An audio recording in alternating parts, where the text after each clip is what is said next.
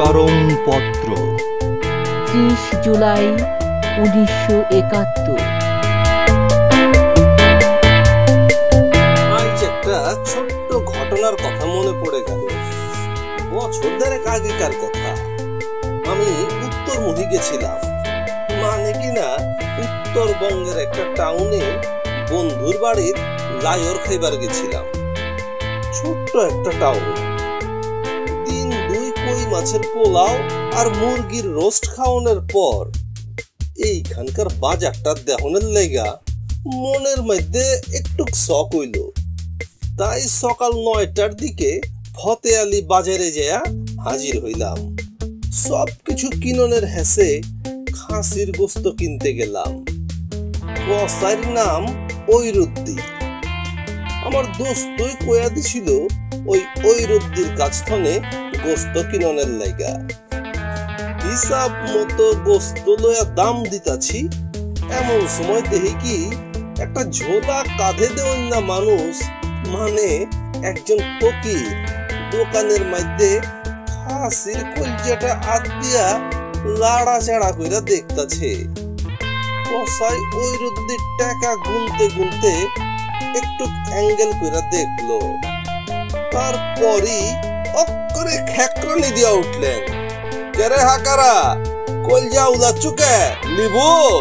কালা কালা দাঁত বাইর কইরা একটা গুয়া মুড়ি হাসি মাইরা ফকির কইল, হ নিবারি চাচ্ছুন, দামান যাচ্ছে।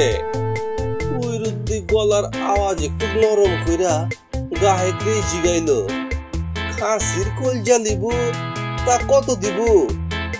এইবার হেই ফকির কলজাটারে আরেকবার লাড়া দিয়া কইল, আমি হচ্ছি গরিব মানুষ, তুমি তো আমার কাছে লাভ করবা না, নিচ্ছি না কলজা, তা আনাচারি দিলে হয় না?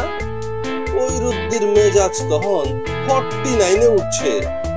তাই চিল্লায়া উঠল, লাত খা রে, লাত খা, 4 আনা দিয়া খাসির লাদও পাবো না রে।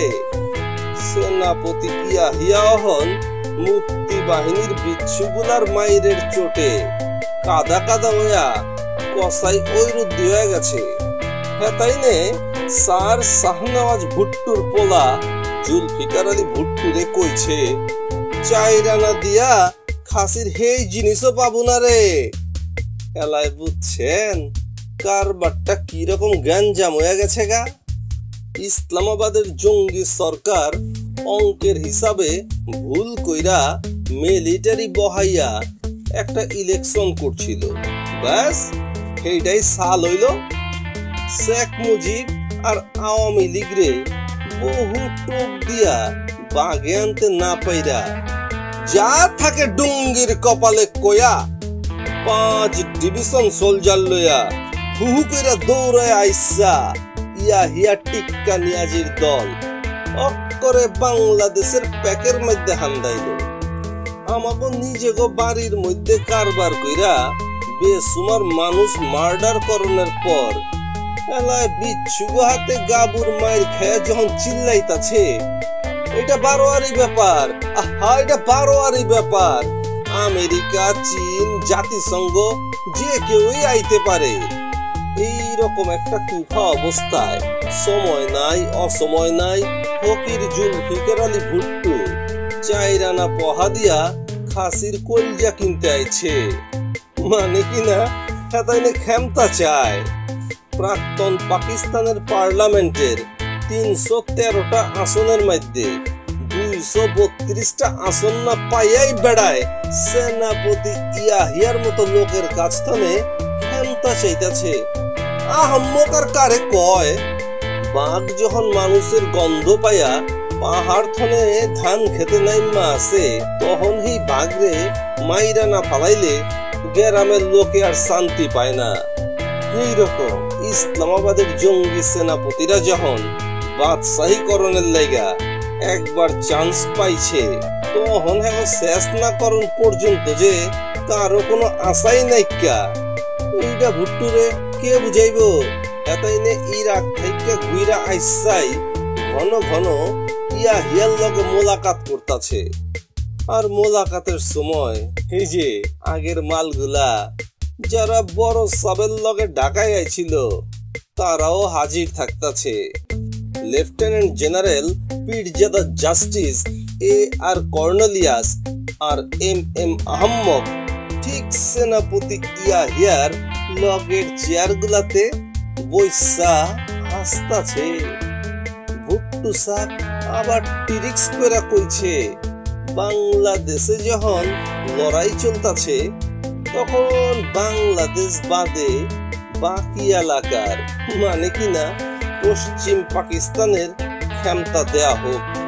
জাস্টিস কর্নেলিয়াস সাহেব আস্তে করে কইলেন, তো বাংলাদেশ যে আলাদা এই কথাটা তো মাইনা লইলাম, এখন সদর সাহেব কি করবা এটা তারই এখতিয়ার। বহুত দিন আগে দিনাজপুর টাউনে মুজাফফরপুরের একজন এই জিনিসের দেখা হয়েছিল। বেড়ায় আমারে কয় কি, हम लोग पूरा इंडिया का कब्जा कर लेंगे। আমি কইলাম, ওই তো আবার অখণ্ড ভারত হয়ে যাইব। কেমন বুঝতাছেন? যজ্ঞা যা কইতাছিলাম। সদর ইয়াহিয়া হাতের ব্যাটনডারে কাচের টেবিলটার উপর ঠুক ঠুক করে বাইরে ভুট্টুরে কইল, জাস্টিস সাবে আসল কথাটা কইছে, পাকিস্তানডারে এক রাখনের লাইগাই তোমারে ক্ষমতা দিতে পারতাছি না বইলা আমি খুবই কষ্ট পাইতাছি। খালি পশ্চিম পাকিস্তানের ক্ষমতা দিলে বাংলাদেশের আজাদি মানতে হইব। 2.5 ঘন্টা গুপ্তাগুকরণের পর ভুট্টু সাহেব করাচিতে সাংবাদিকদের কাছে কইছে, আমি এখন কিছু কমু না, আরো টক্করণ লাগবো। কেমন বুঝতাছেন? অহন এই দিককার পালা। এইদিকে কুমিল্লার কসবার আড়াই বাড়িতে আহারে অক্করে সেরা বেড়া কারবার হয়ে গেছে গা।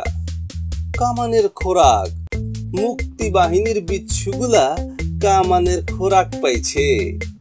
টিক্কা নিয়াজির চিরকিট হয়েছে বইলা আজকাল যে 3 টাকা রোজ চুক্তিতে রাজাকার বাহিনী বানাইছে, হ্যাঁ 24টা এক লগে কসবার আড়াই বাড়িতে যাইয়া কি চোটপাট।